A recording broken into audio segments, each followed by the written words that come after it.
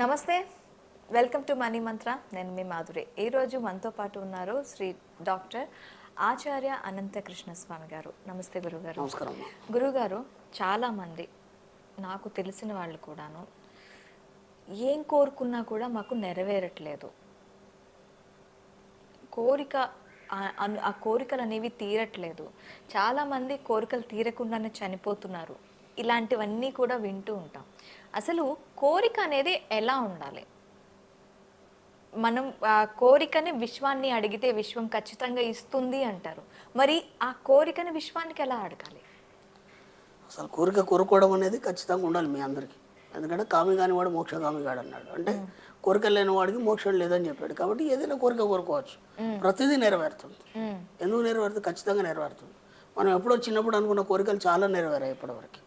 అవి ఎలా నెరవేరాయి అంటే ఎప్పుడో అనుకున్నాము, ఎప్పుడైతే మనం అనుకున్నామో అది మన రోడ్డు నుంచి బయటికి రాగానే విశ్వంలో రికార్డ్ అయిపోతుంది. అర్థమైందా? విశ్వంలో రికార్డ్ అయిపోయిన తర్వాత ఏమవుతుందంటే అది మెల్లిగా దాన్ని వర్క్ చేసుకోవడం అనేది మొదలు పెడుతుంది. ఎప్పుడైతే దానికి నువ్వు అర్హత వస్తుందో అప్పుడు నీకు అది ఇవ్వడం అనేది మొదలు పెడుతుంది. ఓకే, విశ్వంలో రికార్డ్ అవుతుందా లేదా? ఈ విషయంలో కంచిపరమాచార్య దగ్గరికి ఒక వ్యక్తి వచ్చాడు. వచ్చేసి అన్నాడు కదా, ప్రతిదీ విశ్వంలో రికార్డ్ అవుతుంది అన్నారు కదా, అది నిజమేనా? నిజమన్నారు ఆయన. నిజమంటే దాన్ని ఇప్పుడు మహాభారత యుద్ధం జరిగింది కదా, అది రికార్డ్ అయింది కదా, మరి ఇప్పుడు దాన్ని మనం చూడొచ్చా అన్నాడు. ఈయన అన్నారు కదా, నీకు ఆ కెపాసిటీ ఉంటే చూడవచ్చు, మీరేమన్నా దాని ఆనవాళ్ళు ఏమైనా చూపించగలుగుతారా అన్నాడు. సరే ఇలా కూర్చో అన్నాడు ఆయన. తల మీద కళ్ళు మూసుకున్నట్టు తల మీద చేయబెట్టాడు. మహాభారత యుద్ధం మొత్తం కనిపించింది దానికి. అందరు ఎక్కడెక్కడ ఎలాంటి యుద్ధాలు చేశారో అదంతా కూడా కనిపించింది. ఆ శతఘ్నులు ఏవైతే ఉంటాయో వాటి చప్పుడికి సొమ్మసిలిపోయి పడిపోయాడు ఆయన. తర్వాత నీళ్లు చల్లి లేపారు ఆయన్ని. లేపిన తర్వాత ఏమైంది అయ్యా అన్నాడు. మహాప్రభు అని కాళ్ళ మీద పడ్డాడు. మొత్తం మహాభారత యుద్ధం కళ్ళకు కట్టినట్టు ఆ చప్పుళ్ళతో సహా వినిపించింది, కనిపించింది, వినిపించింది. ఇంత ఇలా ఉంటుందని నేను అనుకోలేదు. కాబట్టి మహాభారత యుద్ధం ఎప్పుడు 5000 సంవత్సరాల క్రితం జరిగింది. అది అదే రికార్డే ఇప్పటికీ విన్నారు వాళ్ళు. మనం మాట్లాడే మాట ప్రతిదీ కూడా యూనివర్స్లో రికార్డ్ అవుతుంది.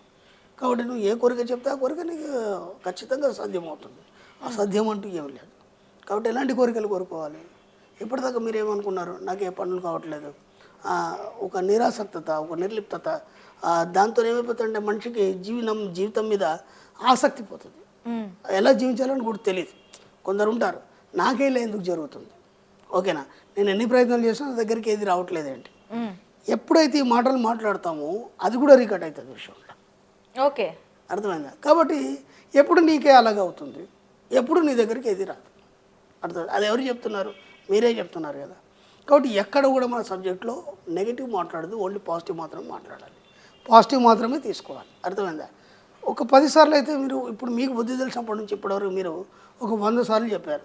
నేను ఇన్నిసార్లు ఇంటర్వ్యూ పోయాను, అందరికి వచ్చింది, నాకు రాలేదు, ఎప్పుడంతా ఈసారి కూడా రాదు, ఇట్లా ఒక నిరాసక్తం అని చెప్తాం.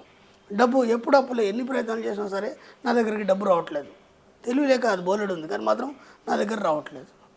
ఇవి ఏవైతే నెగిటివ్స్ ఉంటాయో వాళ్ళు ఒక 100 సార్లు చెప్పుంటాం. మన ఇంట్లో జరిగే విషయాలు కూడా చాలామందితో మనం చర్చిస్తూ ఇలా జరిగింది అలా జరిగింది చెప్తూ అన్ని నెగిటివ్స్ తప్ప ఏనాడన్నా మీరు పాజిటివ్ మాట్లాడారా? ఒక్కసారన్నా నా దగ్గర పుష్కరంగా డబ్బు ఉందని చెప్పారా? లేదని మీ మనసుకు తెలుసు, అయినా సరే ఏనాడని చెప్పగలిగారా? ఏనాడా గుండెల మీద చేసుకొని నేను సంపన్నుడని చెప్పగలిగారా? నేను ధనవంతుడని చెప్పగలిగారా? ఎప్పుడు చెప్పలేదు. ఎలా వస్తుంది మీ దగ్గరికి డబ్బు? అర్థమవుతుందా?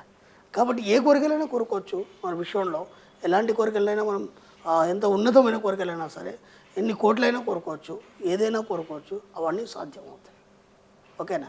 కాబట్టి ఎక్కడ కూడా మీరు వెనక్కి తగ్గకండి. మీ కోరికలు కోరుకోవడంలో చాలా ఉన్నతంగా, చాలా రిచ్గా ఏదైనా సరే కోరుకోవచ్చు, ప్రతిదీ సాధ్యమవుతుంది. ఓకే సార్, కోరిక కోరుకోవచ్చు అన్నారు.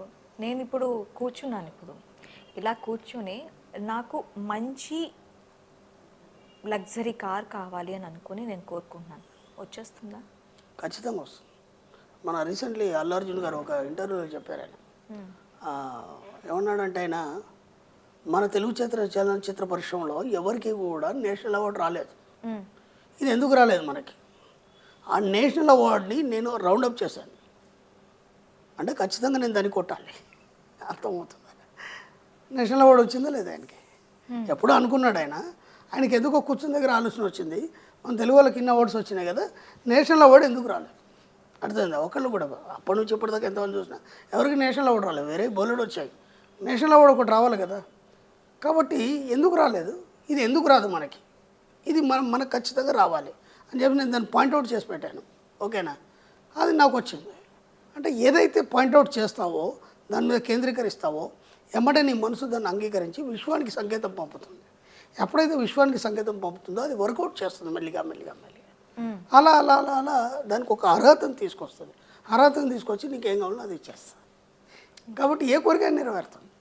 ఇన్ని సంవత్సరాల నుంచి రాని నేషనల్ అవార్డు మనకి ఈరోజు వచ్చిందంటే ఊరికే కాదు కదా. ఒక మనిషి యొక్క ఆలోచన ఏదైతుందో విశ్వంలో ప్రసరించి దానికి సంబంధించిన సంకేతాలు విశ్వానికి చేరి ఒక విద్యుదయస్కాంత శక్తిగా మారుతాయి. ఎప్పుడైతే విద్యుదయస్కాంత శక్తిగా మారుతాయో దానికి సంబంధించిన వైబ్రేషన్ లాగుతాయి. అవి లాగి నీకేం కోరుకుంటే అది ఇచ్చేస్తుంది. చాలా ఈజీగా చెప్తున్నారు మీరు. సైన్స్ అమ్మా, ఇది సైన్స్. ఇది నేను చెప్పడం కాదు, ఇది సైన్స్. ఇది ఈ యొక్క ఆలోచన తరంగాలు పదే పదే చెప్పినప్పుడు ఏమవుతుందంటే అవి ఒక విద్యుదయస్కాంత శక్తిగా మారుతాయి. విద్యుదయస్కాంత శక్తిగా మారి అవి ఎలక్ట్రాన్లు, న్యూట్రాన్లు, ప్రోటాన్లుగా విడిపోతాయి. విడిపోయి విశ్వంలోకి ప్రయాణిస్తాయి ఒక వేగంగా. ఆ వేగాన్ని తగ్గించుకొని నువ్వు కోరుకున్న కోరిక ఏదైతుందో దాని భౌతిక రూపంలో నీకు ఇస్తుంది. క్వాంటమ్ సిద్ధాంతం నేను చెప్తలేదు, ఆయన చెప్పాడు. అది సైన్స్ కదా ఇది. కాబట్టి ఏదైనా సాధ్యమవుతుంది కదా. చిన్న కోరిక పెద్ద కోరిక. ఈ కోరిక ఎలా ఉండాలి అంటారు? ఏదైనా పెట్టుకోండి అని చెప్తున్నాను కదా. మన సబ్జెక్ట్లో ఏదైనా పెట్టుకోండి కోరిక. మీ హీరో అవుతారా, ఒక పెద్ద కారు కొంటారా, ఒక పెద్ద విల్లా కొంటారా, మొత్తం వరల్డ్ టూర్ చేస్తారా, వజ్రాలు పెట్టుకుంటారా, బంగారాలు పెట్టుకుంటారా, ఏదైనా కోరుకోవచ్చు. అన్నీ సాధ్యమవుతాయి. నీకు ఆలోచన రావడమే తర్వాయి అక్కడ వర్క్ స్టార్ట్ అయిపోతుంది. ఓకే గురువుగారు, చాలా బాగా చెప్పారు. అంటే ఏ కోరికనైనా కోరుకొని విశ్వానికి దాన్ని మనం చెప్పగలిగితే మీరేం చెప్పాల్సిన అవసరం లేదు. మీరు కోరుకుంటే వెళ్ళిపోతుంది. అది అంతే. కోరుకోవడానికి మనకు ధైర్యం కాదు కదా. కోరుకోవడానికి మనకు ధైర్యం కాదు కదా. ఇప్పుడు నేను ఒక చిన్న ఎగ్జాంపుల్ చెప్తాను. కొందరు బాగా డబ్బున్న వాళ్ళు ఉన్నారు. ఓకేనా, వాళ్ళు బంగారాలు బాగుంటారు. ఓకేనా, మనం కూడా ఏదైనా ఫంక్షన్లు చూస్తే ఇది ఎక్కడ కొన్నావు, అది ఎక్కడ కొన్నావు అని మనం అడుగుతుంటాము ఆ నగల గురించి. మీ ఆడవాళ్ళకి అదే పని కదా, ఎక్కడ పోయినా ఫంక్షన్లలో.